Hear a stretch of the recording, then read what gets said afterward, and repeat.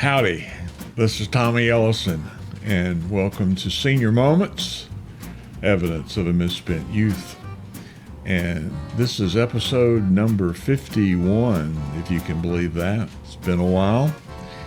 And I am excited to be here with you tonight, but unfortunately, due to some foreseen circumstances, I will not be live this evening, as you probably have already noted.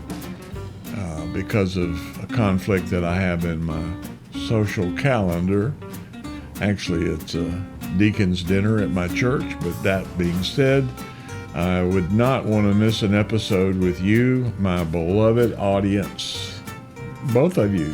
And so here we go. I thought what I would do tonight, rather than do something off the wall, well, this was probably a little off the wall because it involves a episode in my life that happened probably about 30, maybe 40 years ago. And I'm not going to give you all the details because the little video I'm about to run for you, I did back during the pandemic in like 2020. But it told of a circumstance and an event that took place, again, 30 something years ago when I happened to meet the amazing Kreskin. So without further ado, I'm going to run the video, but I will see you live next week. Obviously, there will be no live comments tonight, but you're more than welcome to leave one in the recorded reel. You will be watching it in the pre-recorded fashion. So anyway, I'm confused, but let me get started here, run this reel, and I hope you all enjoy it. I'll be back in a little bit.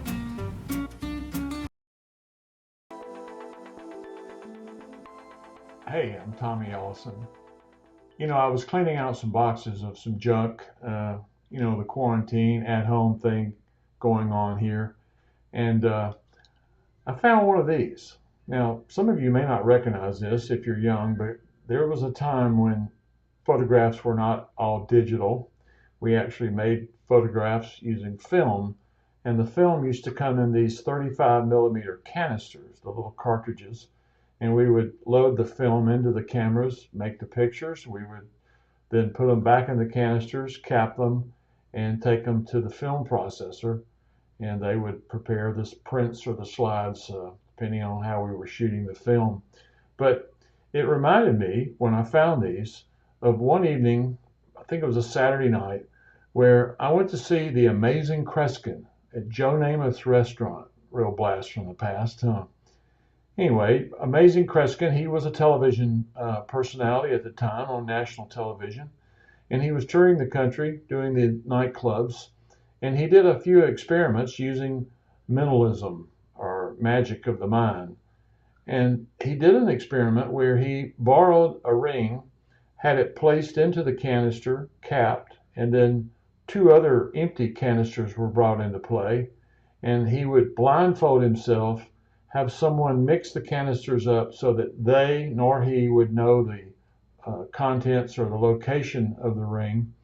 And then he would try to, without touching the canisters, discern, reading the aura that the ring gave off, as to which canister actually contained the lady's ring. And of course, he was successful. Now, that was just the warm-up. His closer that night was he was taken from the room. Someone was to plant the sealed envelope that contained his check, his compensation for the evening, and hide that somewhere in the room. And so at that point in time, the gentleman brought it over and gave it to me. I don't know why. I was just a spectator, maybe just an honest face, who knows. But he gave it to me to hide, which I did.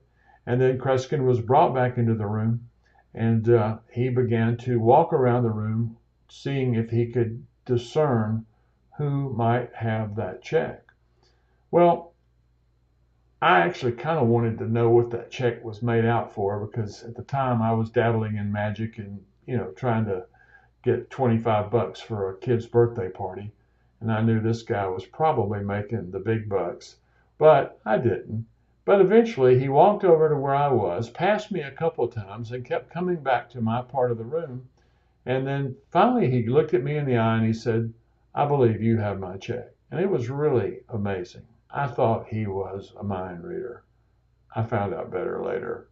But I thought we'd try an experiment tonight to see if you might allow me to do an experiment with the film canisters. No blindfold, but I hope you enjoy this. Okay, as mentioned earlier, I have 3 canisters that we're going to be using today.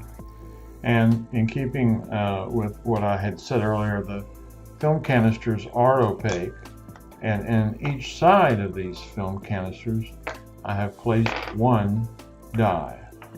Blue, red, white, see if you're awake, and red.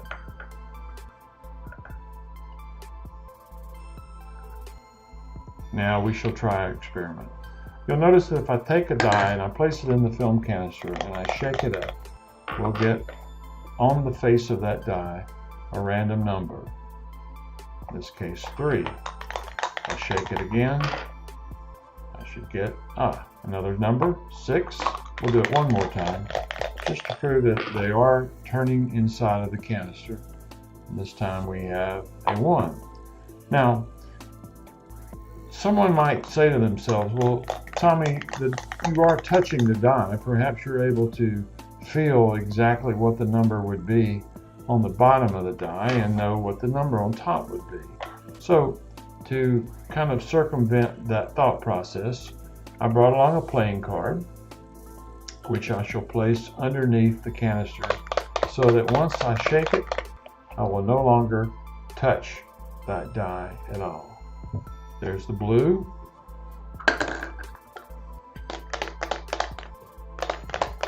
the white,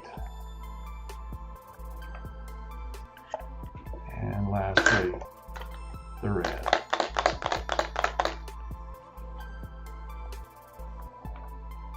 Now let's recap quickly. We've placed 1 die in each canister, we've shaken them up, we've done it in a way that I cannot touch the die by use of the playing card.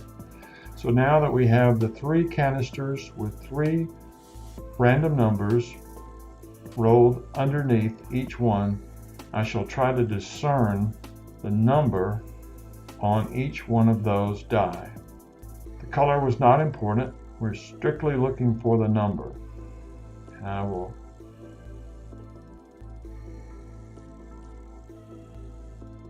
having 3, it's a little confusing to me sometimes because I'm getting a little crosstalk, but I think this was the red die and I should be looking at the number 3 if I were to lift the canister.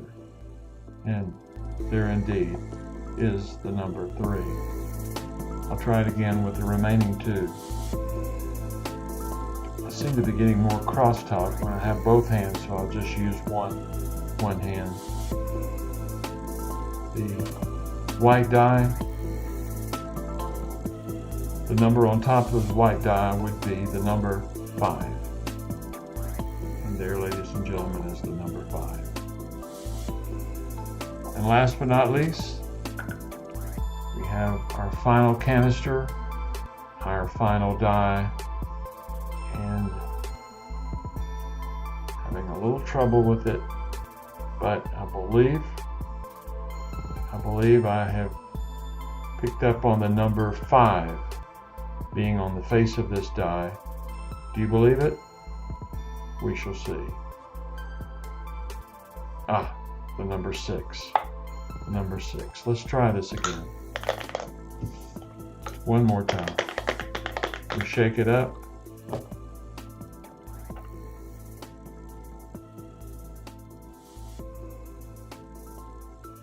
Oddly enough, I'm getting the number 6. The number 6 again. Now, just so you might think that there's something unusual about this die, I can only roll one number. I'll do it for a 3rd time. We'll remove the card. I'm not touching the die. And here we are. Now I've got the number 1. The number 1. And there it is. I almost had a miss. You know, the worst thing about performing for a virtual audience is I cannot hear the spontaneous applause that I know is coming back at me from the audience. But so much for social distancing. I hope you enjoy your time at home, and be sure and stay safe. Check back often. We'll be doing some more magic and mentalism in a later date. Thank you.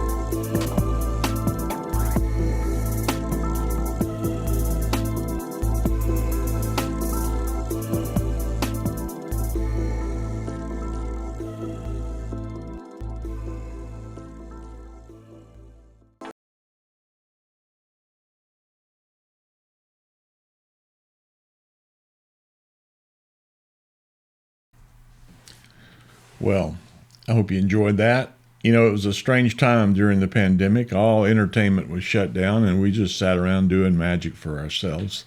And so I made that real, and kind of flashing back on my meeting T.A. Kreskin. He actually had his name changed. T. A. Kreskin for the amazing Kreskin. And he was rather amazing. Anyway, you know, it dawned on me as I was watching this that I may have made a mistake earlier in this video, and that is I said that I was pre-recorded but would be back live next week, and that's not the truth. So this reel would be premiering on April the 12th, which would be this coming Sunday night. And then on April the 19th, I'm going to be out of town on a business trip, and so I will not be live that evening as well, but should be back on the 26th live again. But we'll have a reel for that weekend of the 19th for you, and hopefully it's something, actually it's going to be a story that I think you'll enjoy. I've told it at least once before in a different venue here, but it's about my wrestling experience at the University of Tennessee at Chattanooga when I got to wrestle Jim Croft, a 4-time prep All-American wrestler and an All-American football player at Alabama. Y'all might remember Jim from back in the early 70s. So anyway, look forward to that. Again, thank you for being with me tonight. And I hope you enjoyed it. Leave a comment if you would. And be sure and listen to this guy coming up because he's got some great advice for you as well. You have a great evening. Take care.